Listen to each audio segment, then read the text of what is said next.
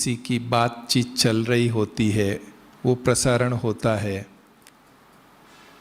तो अच्छा लगता है, या मिक्स चल रहा होता है, एक लाइन कुछ चल गई, एक लाइन कुछ चल गई, एक कुछ आ गया, एक कुछ आ गया, वो अच्छा लगता है? क्या लगता है? कोई एक जैसा चल रहा होता है तो अच्छा लगता है सब। अब हम अगर वो स्थूल रेडियो की बात है, वहाँ से भी उस रेडियो स्टेशन से क्या निकलता है जो लोगों को सुनाई देता है 10 किलोमीटर, 20 किलोमीटर, 100 किलोमीटर बाद भी? क्या निकलता है? तरंगे निकलती है, वेव्स निकलती है, वो इलेक्ट्रोमैग्नेटिक वेव्स होती है, तो जिससे लोगों को 100-200 किलोमीटर दूर भी सुनाई देता है। ऐसे ही आत्मा, मन, आत्मा की ही शक्ति है। मन विचार करता है, जब मन विचार करता है तो क्या निकलता है? वाइब्रेशंस निकलते हैं। कहते हैं ना, बाबा ने कई मूल्यों में हमें सुनाया, वाइब्रेशन निकलते हैं। वो तरंगे, रेडियो से निकलने वाली तरंगे भी हमें सुनाई नहीं दिखाई नहीं देती है, इन आँखों से नहीं दिखाई देती है, लेकिन जो रेडियो होता है उसमें एक डिकोडर लगा हुआ होता है। जैसे ही वो तरंग उस डिकोडर पर जाती है तो वो आवाज़ में बदल जाती है और वो हम सुन सकते हैं स्थूल में।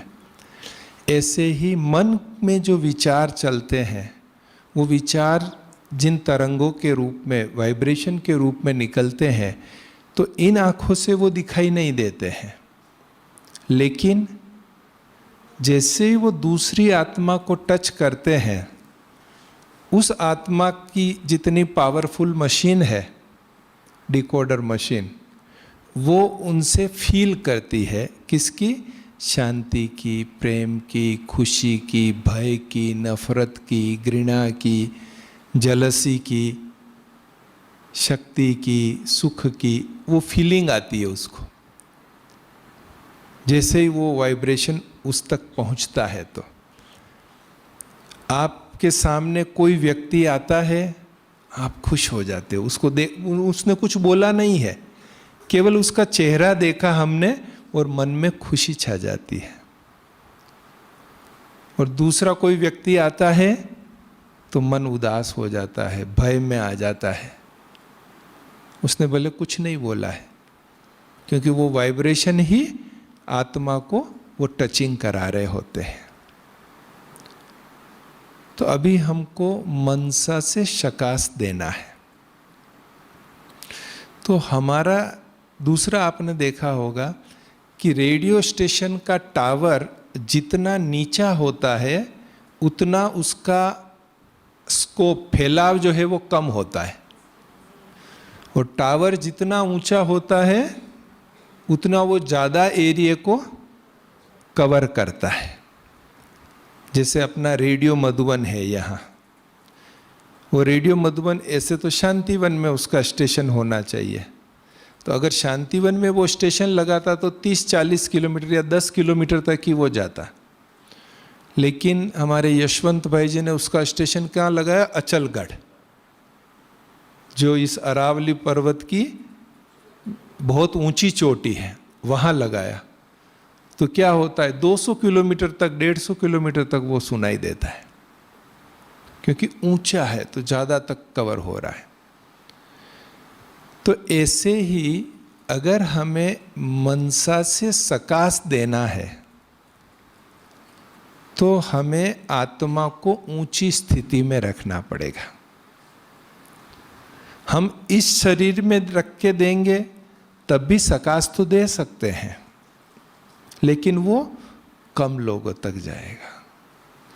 अगर हम सूक्ष्म वतन में जाके सकाश देते हैं तो बहुत लोगों तक जाएगा, पूरा समझो पृथ्वी लोक तक जाएगा। लेकिन अगर हम परम धाम में बैठकर सकाश देते हैं, बीज रूप अवस्था में स्थित होकर सकाश देते हैं, तो क्या होगा? पूरे ब्रह्मांड को वो सकाश मिलेगा।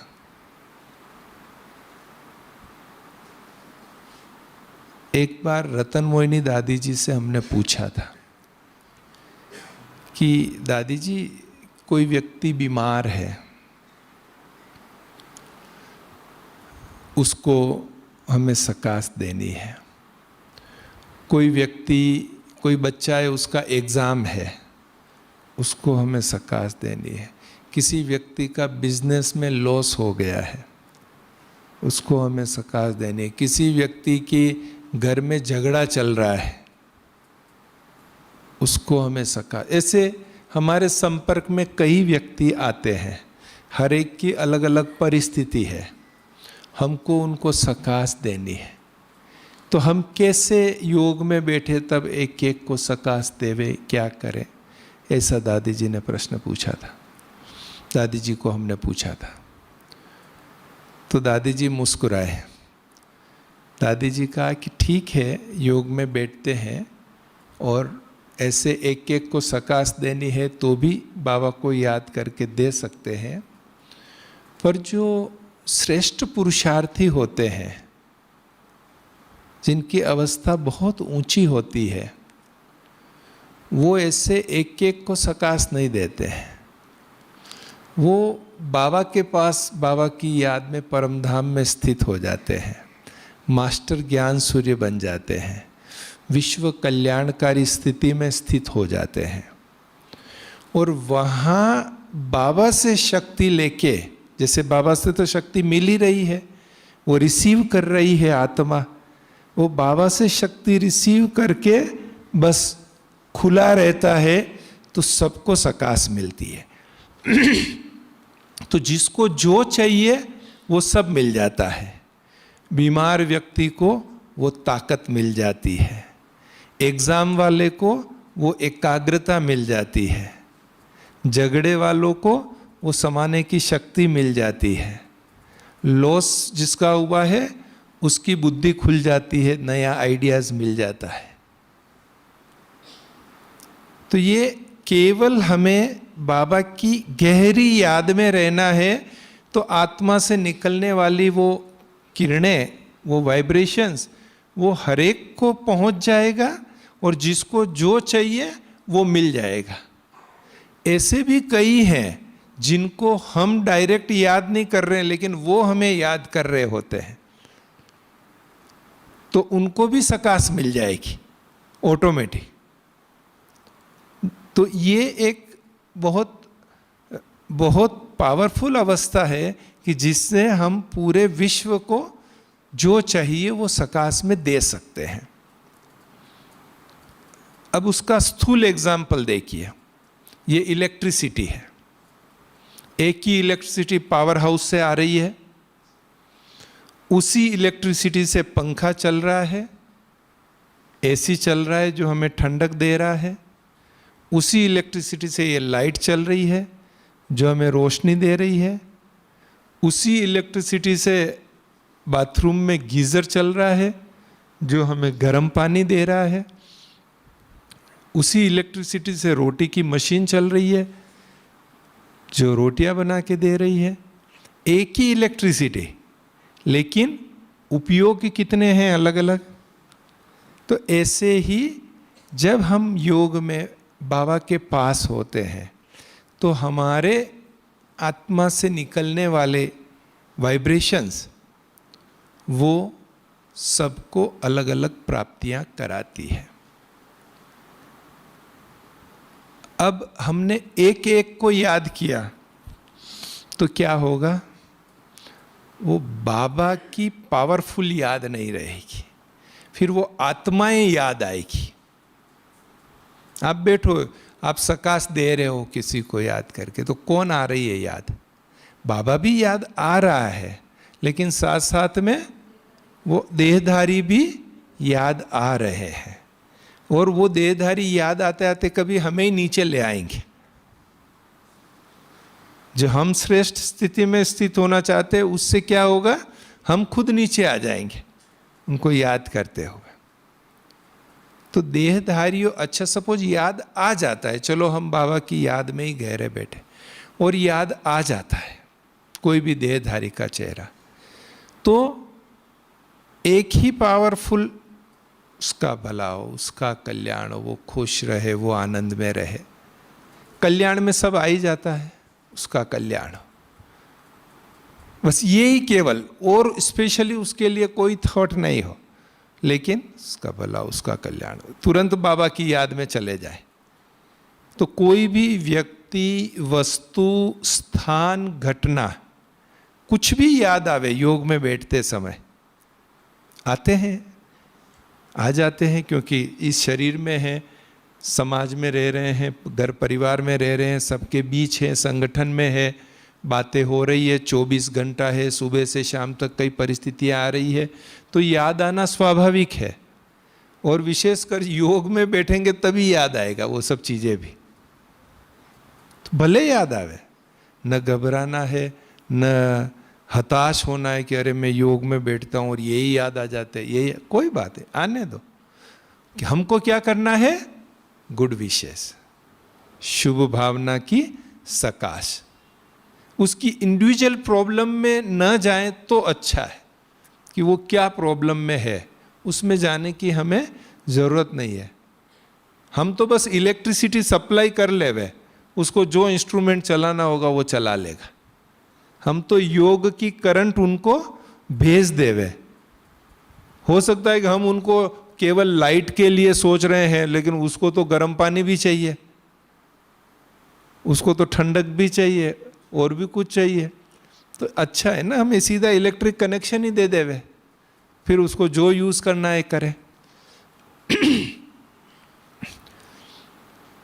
तो एक तो ऊंची अवस्था जिससे हम ज़्यादा से ज़्यादा लोगों तक पहुँचे, और दूसरा कोई विशेष थॉट नहीं, जनरल पावरफुल करंट, जिससे उसको जो चाहिए वो ले लेवे। अब किसी को लेना ही नहीं होगा, बंद ही करके रखा होगा अपना रिसीवर, तो भी हमको कोई चिंता करने की जरूरत नहीं है। हमको देते जाना, जैसे बाप समान बनना है तो क्या है, बाबा दे रहा है निरंतर, ऐसे हमको शुभ भावना के वाइब्रेशन, शुभ भावना की सकाश देते जाना है। जिसको जिस प्रकार से लेना होगा वो लेते जाएंगे। लेकिन सारा खेल मन का है, विचारो है, मनसा द्वारा सकाश, तो मन का खेल है। करना किसको है? ये मन को करना है। अब मन में ऐसे देखो तो कई विचार उत्पन्न हो जाते हैं बैठे बैठे, काम के, नहीं काम के, पॉजिटिव, नेगेटिव, व्यर्थ, कई प्रकार के विचार चलते ही रहते हैं।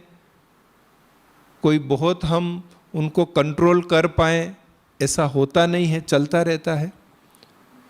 और उससे हम फिर संकल्प, विचार से एक थोड़ी पावरफुल स्थिति है संकल्प की, कि जब हम कोई विचार को शक्ति देकर पावरफुल रीति से करते हैं तो वो संकल्प होता है। तो वो संकल्प में हम कैसे कन्वर्ट करें? जैसे ये विचार जो है ना, ये हमारा रॉ मटेरियल है, और इससे फिर फिनिश्ड गुड्स बनता है जो संकल्पों के रूप में जाता है। तो अब संकल्प कब अच्छे होंगे, कब पावरफुल होंगे, कब पॉजिटिव होंगे? हमारा फिनिश्ड गुड्स कब अच्छा होगा, प्योर कब होगा? जब रॉ मटेरियल हम प्योर डालेंगे, उसमें मिक्स नहीं करेंगे, तब फिनिश्ड गुड्स भी अच्छा होगा, माल फैक्ट्री में अच्छा निकलेगा। अगर आप सब्जी बनाते हैं, अगर जो आप सब्जियां मार्केट से लाए वो ही गली हुई होंगी, कड़वी होंगी, तो जो सब्जी बन के तैयार होगी वो कैसी होगी? कड़वी ककड़ी की आप सब्जी बनाएंगे तो क्या होगी? कड़वी तुरई की सब्जी बनाएंगे तो सब्जी कैसी लगेगी? कड़वी लगेगी, क्योंकि जैसा रॉ मटेरियल था वैसा फिनिश्ड गुड्स बना। तो हमारे भी, चूंकि ये मनसा है, तो हमारे भी मन में अगर प्योर पॉजिटिव थॉट्स आएंगे, कल्याणकारी थॉट्स आएंगे, तो जो संकल्प हम देंगे, जो शुभ भावनाएं हम देना चाहेंगे, वो भी उस प्रकार की बनेगी। तो रॉ मटेरियल को प्योर कैसे करें?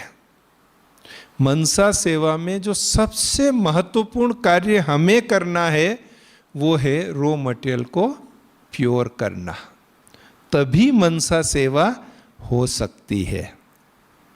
तो रॉ मटेरियल को प्योर कैसे करें? अब ये तो आ रहा है, हमने किसी को देखा, विचार आ गया, हमने कोई चीज सुनी, विचार आ गया, हमने कोई चीज टच की, विचार आ गया, कोई चीज सूंघी, विचार आया। तो रॉ मटेरियल को प्योर करने के लिए जो ये हमारी इंद्रियां है, आंख, नाक, कान, जीभ, त्वचा,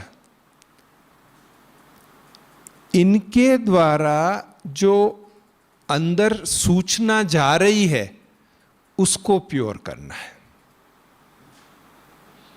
ये सबसे इंपॉर्टेंट बात है जो हमें मनसा सेवा के लिए समझनी है। बाकी चीजें तो ऑटोमेटिक होती जाएगी। जहां सबसे ज्यादा मेहनत हमें करनी है वो ये है कि इन 5 इंद्रियों के द्वारा जो इनपुट अंदर जा रहा है उसको प्योरीफाई करने का। अब आपके हाथ में मोबाइल है, अब उस मोबाइल में आपने जो 1 मिनट का, आधा मिनट का, 20 सेकंड का वीडियो देखा, अब जो वीडियो देखा है आंखों से और जो कानों से आवाज सुनी उसकी, वो विचार तो उत्पन्न करेगा। जो भी देखा हमने, सुना, विचार उत्पन्न करेगा। अब चूंकि हम ज्ञानी हैं तो हम क्या करेंगे, उस वीडियो को देखने के बाद कोई नेगेटिव विचार आ रहा होगा तो भी हम मेहनत करेंगे, नहीं नहीं इसको तो ऐसा है, इसका मतलब तो ऐसा है, या मैं आगे से नहीं देखूंगा, मैं ये नहीं करूंगा, इस प्रकार के फिर हम विचार करेंगे। लेकिन एक बार देखा तो कहीं न कहीं अंदर थोड़ा उसका छाप तो रहेगा, वो फिर कहीं न कहीं याद आएगा, और विशेष योग में बैठेंगे तब वो याद आएगा सब चीजें। तो बाबा ने हमें जो खास मेहनत कराई है, अव्यक्त वाणियों में जो खास बताया है, वो है कि इन कर्मेंद्रियों के द्वारा हम पॉजिटिव इंफॉर्मेशन ही अंदर भेजे। अब वो भेजने की प्रोसेस ऑटोमेटिक है। अब आप फोटो देख रहे हो कोई नेगेटिव चीज का और आप चाहो कि पॉजिटिव इंफॉर्मेशन अंदर जाए, ये थोड़ा मुश्किल हो जाएगा। तो क्या करना पड़ेगा हमें? अगर पॉजिटिव इंफॉर्मेशन, रॉ मटेरियल हमको अंदर भेजना है तो क्या करना पड़ेगा? हमको जो फोटो देखना है वो ही पॉजिटिव देखना है। बाबा ने याद है बाबा ने मूल्यों में क्या कहा था? कौन सा फोटो पर्स में रखो, जेब में रखो? लक्ष्मी नारायण। क्यों कहा था बाबा ने? ताकि वो देखें तो पॉजिटिव चीजें ही अंदर जाए। क्या बनना है, कैसे बनना है, क्या क्या इनका श्रृंगार है, वो रूहानियत का श्रृंगार मुझे अभी करना है। बाबा ने सिनेमा को सिन की मां कहा। क्यों कहा? क्योंकि वो चीजें अंदर जाती है तो विचार उत्पन्न करती है, वो रॉ मटेरियल वो ही जाता है अंदर।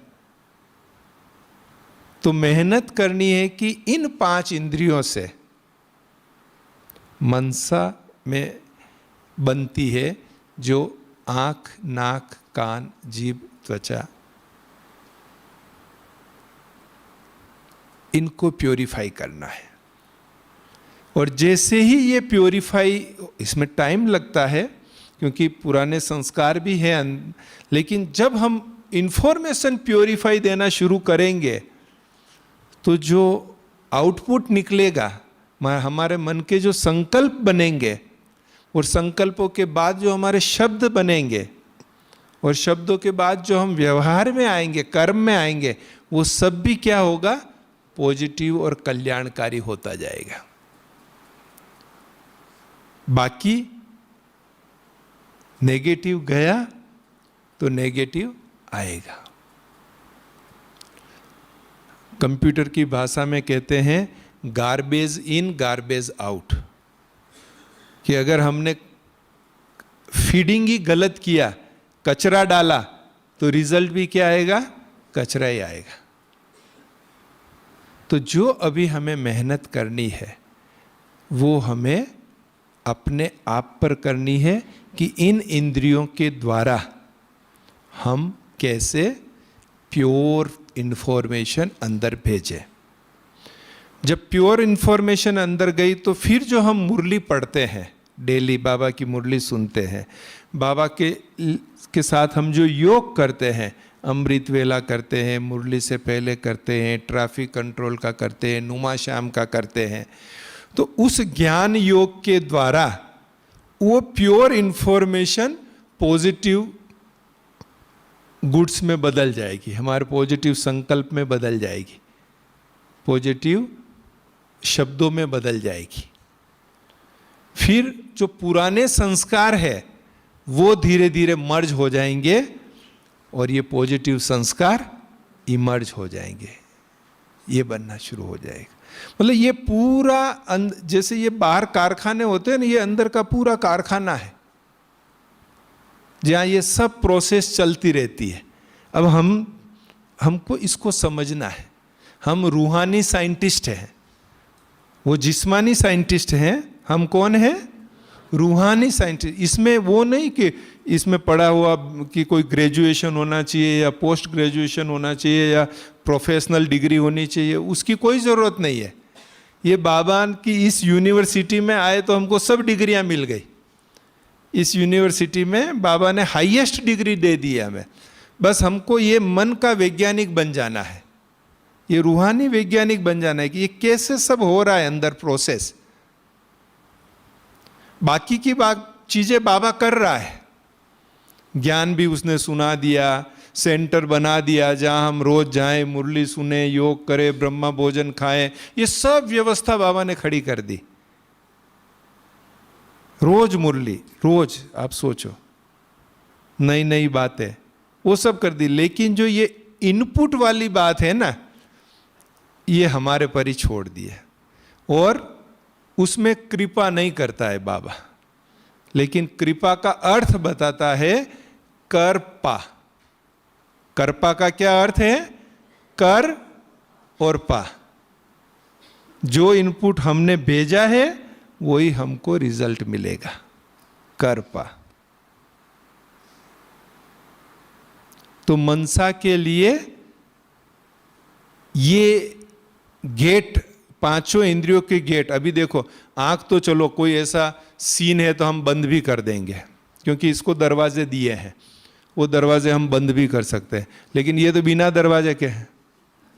कान तो हाथी को चींटी कैसे बेहोश कर देती है? कान से, नाक से।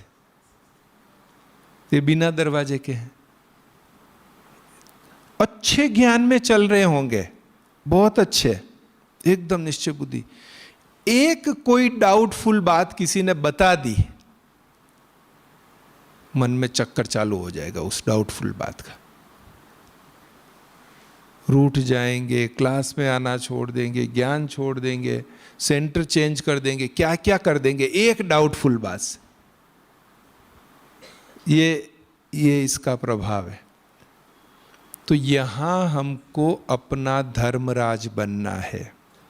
अगर हमको मनसा पावरफुल बनानी है, मनसा द्वारा सकाश देना है, तो हमें अपना धर्मराज बनना है। हम अपना वकील बनेंगे तो हम परिवर्तन नहीं हो सकेंगे। वकील क्या करते हैं? वकील अपना क्लाइंट, वो गलत है या सही है, उसको जिताने का प्रयास करते हैं। अभी सपोज किसी ने आकर आपको कोई गलत बात सुनाई, व्यर्थ नेगेटिव बात सुनाई, आप क्योंकि ज्ञानी है तो एक तरफ मन विचार कर रहा होगा, नहीं नहीं हमको ऐसी बातें नहीं सुननी चाहिए, बाबा ने मना किया हुआ है, हमको व्यर्थ नहीं सुनना चाहिए। दूसरी बाजू मन कहेगा कि क्या करें, कोई सुना रहा है तो वो तो खाली हो जाए कम से कम, इसलिए सुन लेते हैं।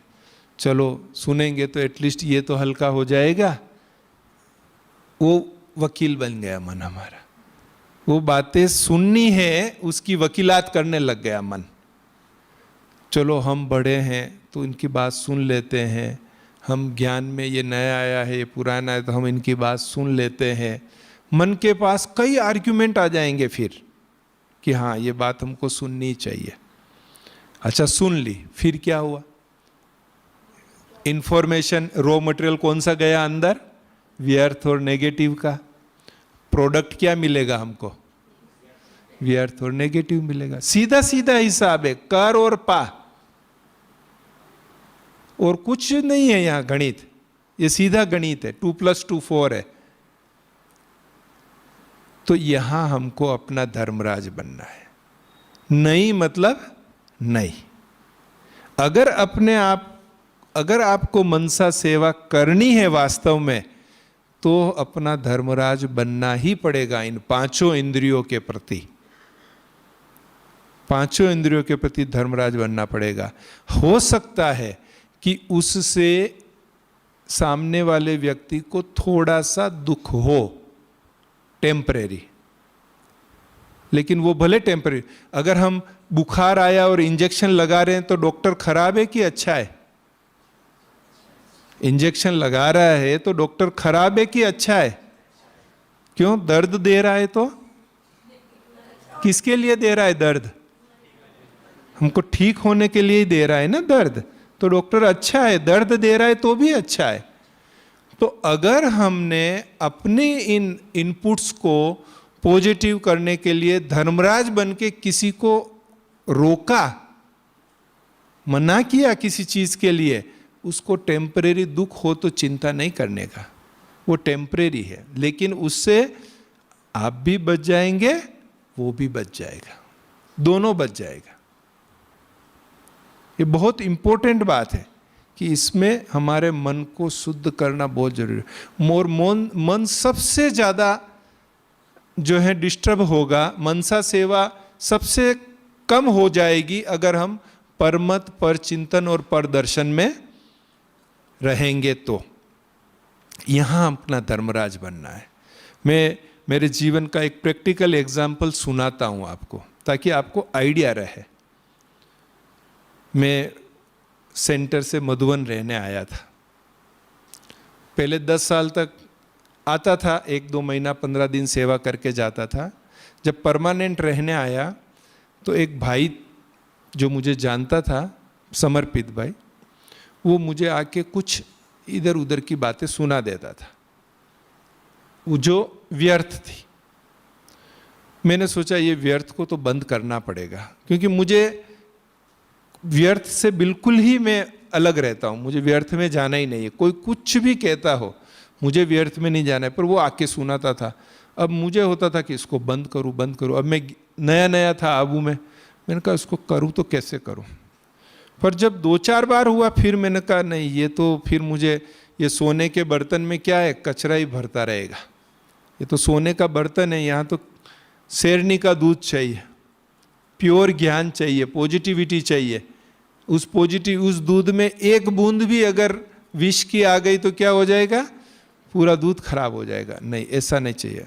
एक दिन आया मेरे पास, मैं ऑफिस में बैठा था, मेरे पास आया, ललित भाई देखो ना, आपके लिए और मेरे लिए ज्ञान सरोवर का वो भाई है ना, वो ऐसी बात कर रहा था, वो पीस पार्क का भाई ऐसी बात कर रहा था। अभी हमने तो ऐसा कुछ किया नहीं, फिर वो ऐसी बात क्यों करते हैं, ऐसा नहीं करना चाहिए। ऐसी बातें सुनाने लगा। मुझे पता लग गया कि ये व्यर्थ चला रहा है और व्यर्थ चलाता रहेगा। मैंने कहा आज मुझे ये ऑपरेशन करना है कि ये सदा के लिए ख़त्म हो जाए ये चीज़, आज ऑपरेशन करना है। मैंने कहा आपके पास वो ज्ञान सरोवर के भाई का नंबर है? तो ना मेरे पास नंबर नहीं। उस समय मोबाइल मतलब वो नहीं होते थे, लैंडलाइन होता था। तो मैंने कहा नंबर है? तो कि नहीं है। तो मतलब उस भाई के पास नहीं था मोबाइल। तो मैंने कहा कि अच्छा ठीक है। मैंने एक्सचेंज, ज्ञान सरोवर एक्सचेंज में फ़ोन किया। फ़ोन करके उनको कहा कि मुझे फ़लाने भाई से बात करनी है, आप ज़रा बात कराओ। मेरा मोबाइल था, मैंने स्पीकर फ़ोन पर रखा उसको, मोबाइल को, वो भाई साथ में बैठा था, उन्होंने ज्वाइंट कराया वो भाई से ज्ञान सरोवर में। मैंने कहा देखो फलाना भाई मेरे साथ बैठा है और हम दोनों स्पीकर फ़ोन पे सुन रहे हैं, इनको किसी ने कहा है कि आप हमारे लिए ऐसी ऐसी बातें कर रहे थे, तो क्या ये सही बात है? तो उसका क्या जवाब होगा? नहीं नहीं, हमने तो कभी ऐसी बात की नहीं, हम तो आपका बड़ा रिस्पेक्ट करते हैं, हम तो कभी सोच भी नहीं सकते ऐसी बात, हमने तो कभी नहीं की। मैंने कहा हाँ मुझे विश्वास है कि आपने ऐसी बात नहीं की होगी, पर अब इनको किसी ने सुनाया तो ये आके मेरे को सुना रहे थे, तो मैंने कहा मैं आपसे ही वेरीफाई कर लूँ सीधा, ताकि बात यहीं पूरी हो जावे। ऐसे करके वो बात पूरी हुई। अब वो जो भाई मेरे बाजू में बैठा था, ऐसे थोड़ी कोई सच बोलेगा, ऐसे थोड़ी कोई कहेगा। मैंने कहा नहीं देखो, एक बार हम पीस पार्क वाले से भी वेरीफाई कर लेते। तो सेम स्टोरी पीस पार्क वाले के साथ भी हुई, ऐसे ही उससे भी बात की, वो भी यही बोला कि मैंने ऐसी कोई बात नहीं की। अब ये भाई ऊंचा नीचे हो बैठा बैठा, नहीं नहीं नहीं, ऐसे थोड़ी कोई वेरीफाई कराना होता है, ऐसी कोई बात थोड़ी होती है, ऐसे थोड़ी वहाँ कहेंगे कि मैंने ऐसी बात। मैंने कहा देखो, कोई तीसरा व्यक्ति कह रहा है उसको आप सच मान रहे हो और आके मुझे बता रहे हो। इससे अच्छा है कि जो व्यक्ति ओरिजिनली जिसने कहा हम उसी से पूछ लेवे ना, उसने कहा तो कहा, नहीं कहा तो नहीं कहा, बात तो यहाँ पूरी हो जाएगी। ऐसे करके वो एपिसोड उस दिन ऑपरेशन हुआ। आज वो उस बात को 17 साल हो गए, 18 साल वो भाई, और आज हम मिलते हैं। ओम शांति के अलावा कुछ नहीं होता है, या कुछ कारोबार होता है तो वो कारोबार की बात सुनाते हैं, या कार सेवा की कोई बात होती है तो कुछ एक्सचेंज, बाकी कुछ भी नहीं। थोड़ा उस समय उसको बुरा लगा, लेकिन सदा के लिए मैं व्यर्थ से बच गया, वो भी व्यर्थ से बच गया। और उसने और 10-15 लोगों को बोल दिया कि भाई ललित भाई से जरा बात करो तो ध्यान से करना हो, वो सामने सामने ही फोन लगा के वेरीफाई कर लेंगे। तो और मैं बच गया। तो ये हमको बनना ही पड़ता है, कॉन्शियस डिसीजन लेना पड़ता है, धर्मराज बनना पड़ता है। अगर हम वकील बन गए ना तो आप देखना लाइन लग जाएगी व्यर्थ की। तो अगर हम व्यर्थ से बचे रहे तो हमारी मनसा पावरफुल होगी, और पावरफुल मनसा के द्वारा हम सारे विश्व में पावरफुल वाइब्रेशन दे सकेंगे। बस एक और अभ्यास जो डेली इसके लिए करना होगा, मनसा से सकाश के लिए, वो आत्मा देखने का अभ्यास, आत्मा अनुभव करने का अभ्यास। क्योंकि इस शरीर का इसमें महत्व नहीं है। हम शरीर बीमार भी है, शरीर कारोबार में एंगेज्ड भी है। अब कोई सारा दिन तो हम नहीं बैठे रहेंगे ना कि भाई सारा दिन हम शांति से बैठ गए, तो मनसा सकाश तो सारा दिन देना है, केवल अमृत वेला देना है, केवल नुमाशान देना है, ऐसा नहीं है। हमको सारा दिन मनसा सकाश देना है।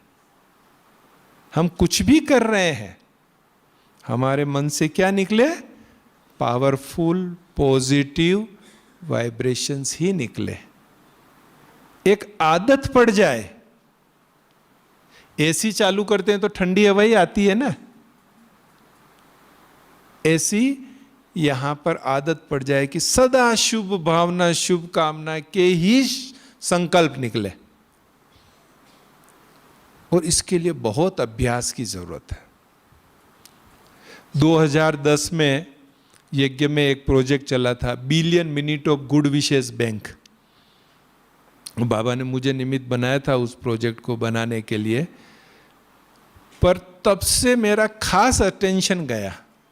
तो अभी हर व्यक्ति के लिए, वस्तु के लिए, स्थान के लिए, घटना के लिए शुभ भावना, शुभ भावना, शुभ भावना, शुभ भावना निकलता। इसका भला हो जाए, इसका कल्याण हो जाए।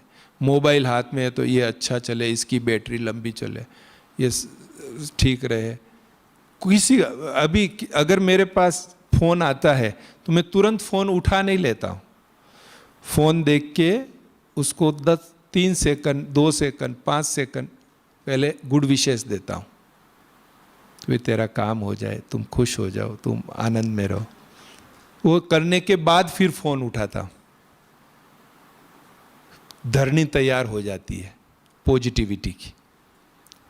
तो ये एक आदत पड़ जाए, इसलिए फिर मनसा सकाश स्पेसिफिक टाइम पर ही दे सकते हैं ऐसा नहीं है।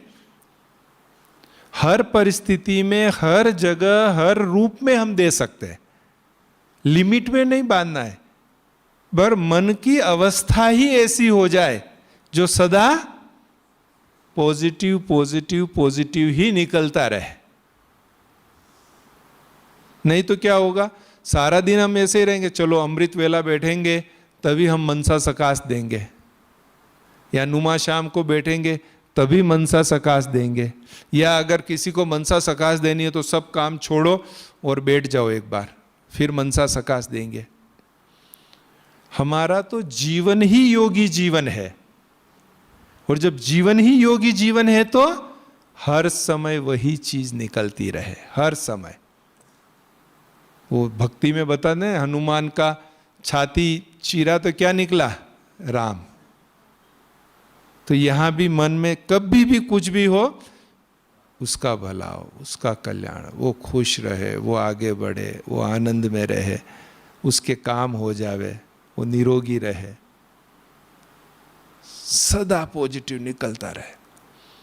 फिर जब ये अभ्यास होगा ना, तो एक अवस्था ऐसी आ जाएगी कि जब बस वो पॉजिटिव वाइब्रेशन ही निकल रहा है, और वो फील करेंगे।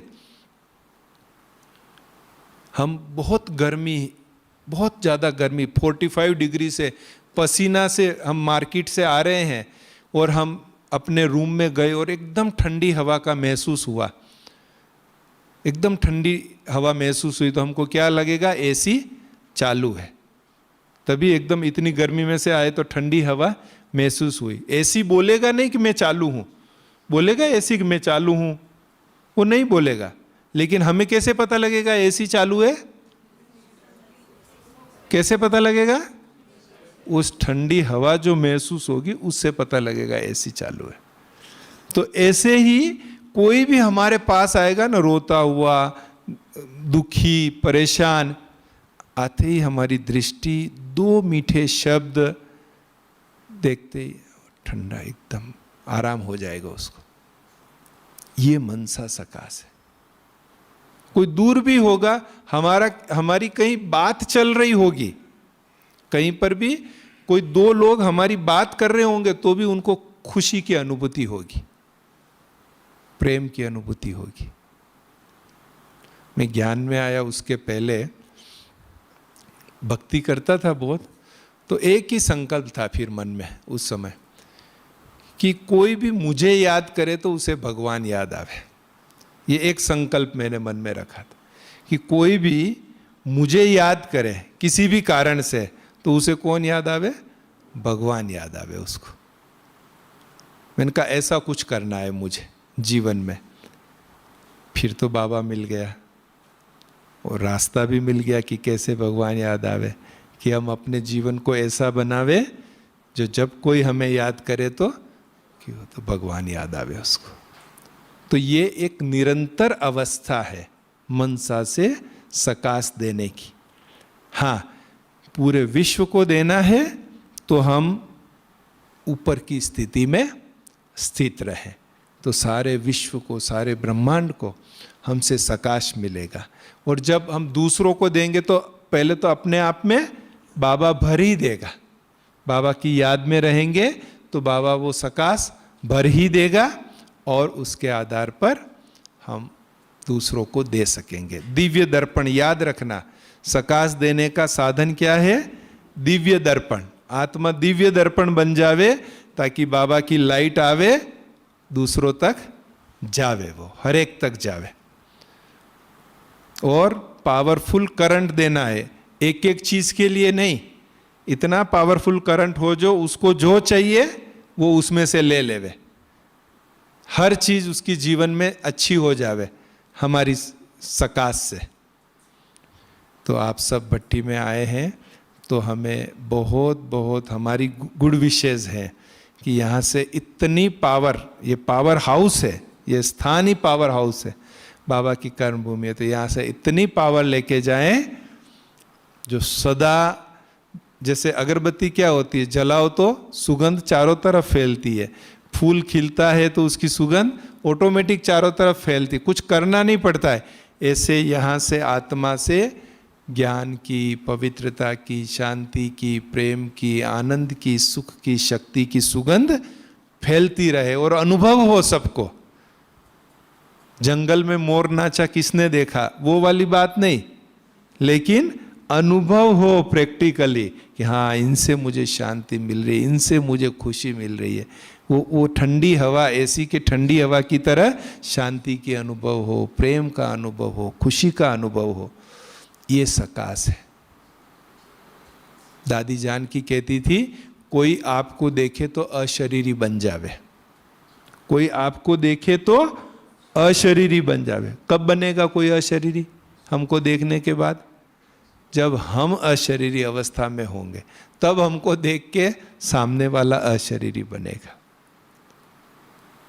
तो वो व्यवस्था, वो ये डिफिकल्ट नहीं है, केवल अभ्यास की जरूरत है। याद रखना और अभ्यास करना। अभ्यास से न तू कौनते ये वैराग्येण च गृह्यते। निरंतर अभ्यास और बेहद के वैराग्य से ये स्थिति संभव है। न काम काज छोड़ना है, न किनारा करना है, सब करते हुए सकाश देना है।